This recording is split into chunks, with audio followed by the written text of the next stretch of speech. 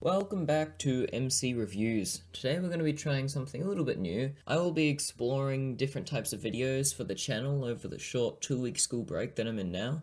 So today I want to try my hand at doing something a little bit different, doing what's known as a video essay, which is basically just me talking about something I find interesting for a few minutes in a mildly structured and formatted way. Also, I'm using a different type of mic for this video, so that's why it might sound a little bit different. And so, as I'm sure the title and thumbnail of this video has already given away, today I want to talk about Deadmau5 and repetition in EDM, how it can be used to both great and mind-numbingly boring effect, and why that is. This idea was sparked after a commenter, whose name I've promptly forgotten, commented on one of the less recent episodes of This Week in Monstercat, suggesting that I go check out Deadmau5's recent W-Drive 2016 album. And while it took a few listens for me to get used to, I soon absolutely fell in love with many of the tracks on the album. Aware, Snow Cone, Let Go, and 3-Pound Chicken Wing, to name a few. This album to me opened up the beautiful world of progressive house, a genre that up until then I had pretty much only heard through Nigel Good's Space Cadet. And so if you know anything about proper progressive house, not Hellberg quote-unquote progressive house, but your real Deadmau5 and No Manner type stuff, then you should know that their music is often very long and very repetitive. And the funny thing is, up until I found Deadmau5 and heard W-Drive 2016 album, I actively considered repetition to be a bad thing. A repetitive song was flawed and boring. I would constantly dock points off songs I was reviewing as they were too repetitive. I now see that while yes, in the case of songs like Division by a Fixer, repetition hurts the track, there are many examples of repetitive songs that are completely made by their long-form structure. And so in brief, what I want to talk to you about here is when that is the case, when that isn't,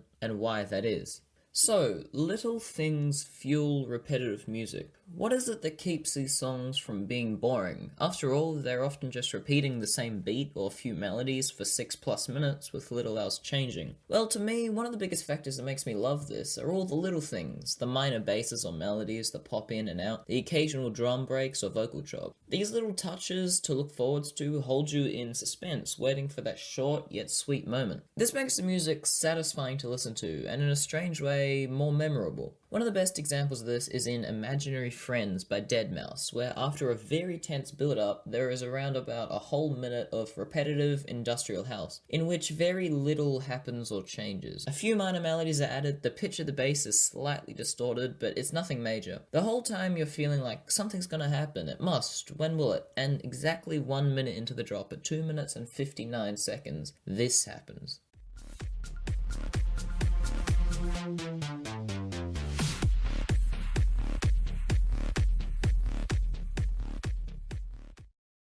And it is just so perfect. Just as you're getting sick of what you're hearing, as the suspense is built up for a whole minute, you think that you can't take this repetition anymore. The song answers your call, and out of nowhere this dark, hard synth decrescendo takes center stage and just blows you away. Progressive house is full of little moments like this, which, while seemingly small, add a lot to the song. But Mika, you might say, why don't you just listen to a song where everything sounds like that moment, so you don't have to wait for it? Well, that brings me to my next point. Repetitive music accentuates everything, no matter how small. While the little touches I talked about earlier can add a great deal to a track, without repetition, those moments would feel like practically nothing. Earlier, I touched on the build-up of tension, and no, I'm not talking about the build-up in the what happens before a drop sense, though that can help with this. What I'm talking about is the more guttural feeling that a song can give you, where something inside you is building like pressure in a kettle. A song does not even need to change anything to make you feel this way. All that is needed is time. If you have the right chord progression or bass or beat, this build-up will happen all on its own. The longer it goes, the more pressure is built. Once this feeling is at its peak, any changes in the song have so much emphasis put on them that even the smallest drop in pitch or melodic addition can feel massive.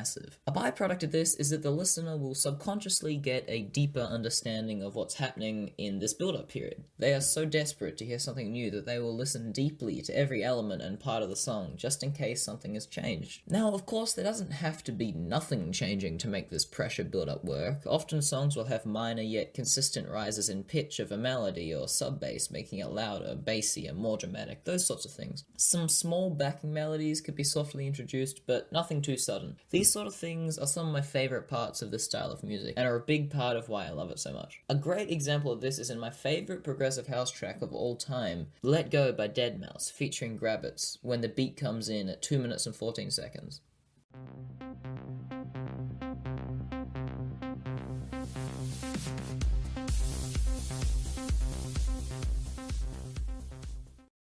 There has been all this time building pressure from the slow and beautiful orchestral intro with Gravitz's haunting and dark vocals into the deep, reverb-filled synth melodies that slowly take over the song while building in pitch. When the beat comes in, it's as if the weight has been lifted and it's just incredible. But like many things, this is a double-edged sword, and the repetitive nature of these songs can be a detriment at times if not used in the right way at the right time. Repetition must be for something. The issue with repetition is that if it doesn't pay off well, it feels like the song has wasted your time. And while yes, what I might think paid off well, you might think was a disappointment, there does seem to be a line that music can cross where it just feels like too little too late. So when all that pressure I mentioned builds and builds and builds until it peaks, if the song doesn't change in that short peak period, then the song will have the opposite effect of what it's going for. All of that pressure will quickly deflate as the listener loses interest and gets bored by the song, meaning that when it eventually does change, all of the impact that it could have had is gone and just feels like a disappointment. This is the issue I have with a lot of your quote-unquote progressive house that's out there, your Hellberg type stuff.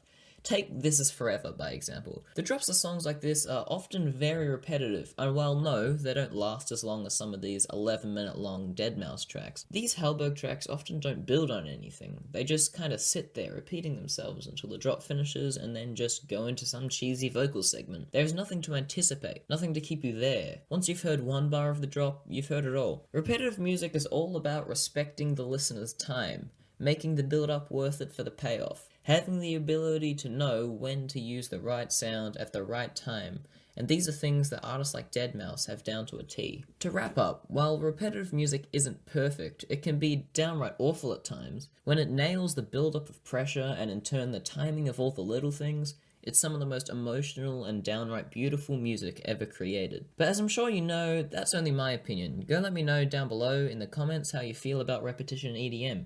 Do you agree with me, or is it just boring? No matter what you have to say, let me know. A lot of work went into making this video, and I'm curious to know what you guys think. As always, thanks for watching, and I'll see you next time.